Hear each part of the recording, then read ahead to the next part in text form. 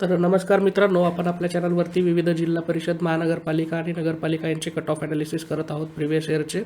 आज आपण चंद्रपूर जिल्हा परिषदचे प्रायमरीचे मराठी मीडियमचे कट ऑफ ॲनालिसिस करणार आहोत. यामध्ये सेमी इंग्लिशचे पण कट ऑफ कव्हर केलेले आहेत, त्यामुळे व्यवस्थित ॲनालिसिस करा जेणेकरून तुम्हाला प्रिफरन्सेस देताना किंवा माहिती घ्यायला मदत होणार आहे की काय कट ऑफ असतात पवित्र पोर्टलला एक्झॅक्टली. तर अगोदर मित्रांनो, आपण पोस्ट वाईज आणि subject wise cut off analysis करणार आहोत जेणेकरून आपल्याला पहिले कळेल की कुठल्या पोस्टला किती वॅकन्सीज होत्या आणि कुठल्या सब्जेक्टसाठी त्या होत्या. त्यानंतर आपण कॅटेगरी वाईज ॲनालिसिस करणार आहोत, जसं की आपण बाकीच्या व्हिडिओजमध्ये पण केलं. तुम्ही ती प्लेलिस्ट चेक करू शकता, सगळे व्हिडिओज बघून घ्या सगळ्या जिल्हा परिषदचे, म्हणजे तुम्हाला ॲनालिसिस करायला मदत होणार आहे.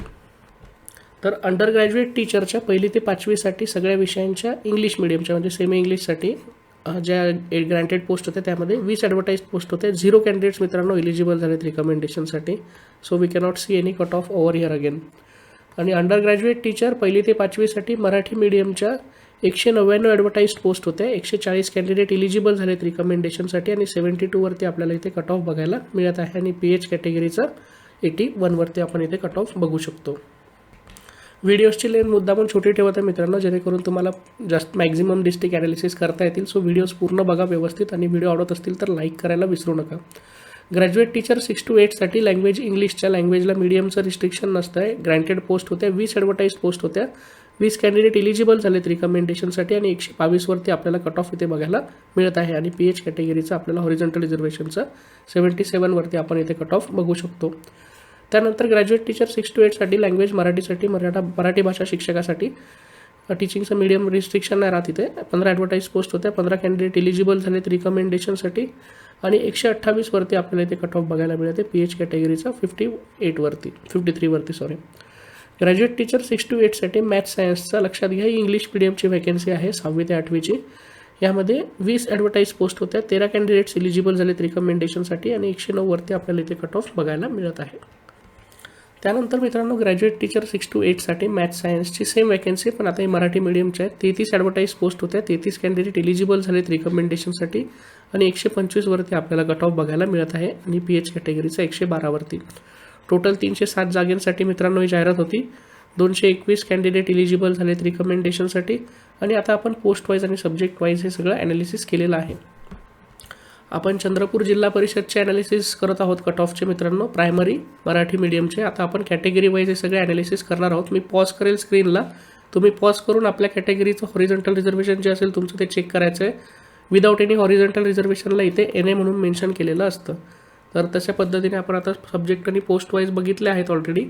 आता आपण कॅटेगरी वाईज या सगळ्या गोष्टी ॲनालाइज करूयात. तर सिरियल नंबर सांगतो मी तुम्हाला इथे फर्स्टपासनं तर तुम्हाला 7पर्यंत, इथे 9पर्यंत तुम्हाला इथे हॉरिझॉन्टल रिझर्वेशनचे जनरलचे कट ऑफ बघायला मिळते. इकडे या कॉलममध्ये ॲडव्हर्टाईज पोस्ट आहेत.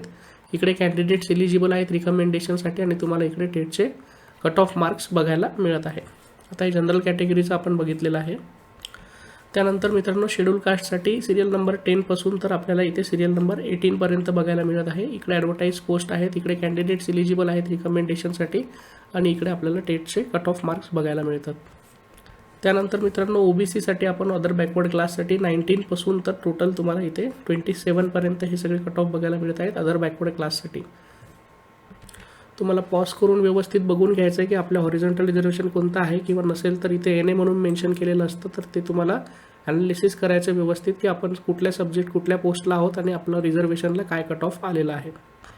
त्यानंतर SBCचे इथे मेन्शन केलेले आहे 28 आणि 29साठी विदाऊट एनी हॉरिझॉन्टल रिझर्वेशन आणि हॉरिझॉन्टल रिझर्वेशन फॉर वुमन. आता इथे काही हॉरिझॉन्टल रिझर्वेशन मेन्शन नसतील किंवा काही कॅटेगरीज पण एखाद्या ॲडव्हर्टाईजमध्ये मेन्शन नसतात, तर हे सगळं तिथल्या रोस्टरवरती डिपेंड असतं मित्रांनो त्या टायमाच्या, की त्या वेळेस काय जागा वॅकन्सीज आहेत कुठल्या कॅटेगरीजच्या त्या जिल्हा परिषदमध्ये.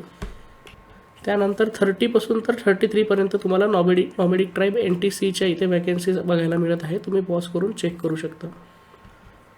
परत NTCच्याच इथे हॉरिझॉन्टल रिझर्वेशन राहिलेत काही, ते 2 इथे मेन्शन केलेले आहेत. नंतर 36पासून तर तुम्ही इथे 42पर्यंत NTD साठीचे सगळे हॉरिझॉन्टल रिझर्वेशन चेक करू शकता. इकडे ॲडव्हर्टाईज पोस्ट आहेत. इकडे नंबर ऑफ कॅन्डिडेट्स एलिजिबल आहेत रिकमेंडेशनसाठी आणि इकडे टेटचे कट ऑफ मार्क्स मेन्शन केलेले आहेत.